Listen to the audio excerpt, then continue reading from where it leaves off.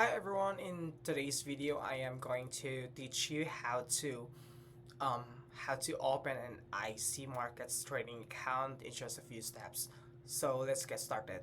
So first thing we need to do is as you can see on the screen, you have to go to the IC Market Global website, and after that you will see the at the top you'll see the start trading button. So click that one, and after that guys, you will see here some, okay, there the blanks, so you have to put some data here and click continue, and you have to go through these steps guys if you're creating a live trading account.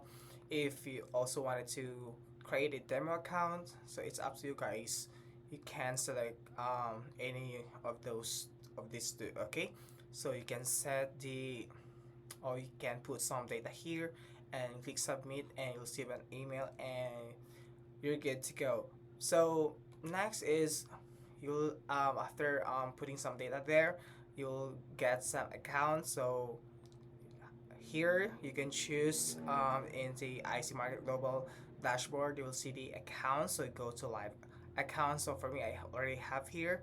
You can also create a new one, or you choose if MT5, C Trader, or MT4. It's up to you guys. So here I have here a MT5, so you can open new live account. So that's it guys.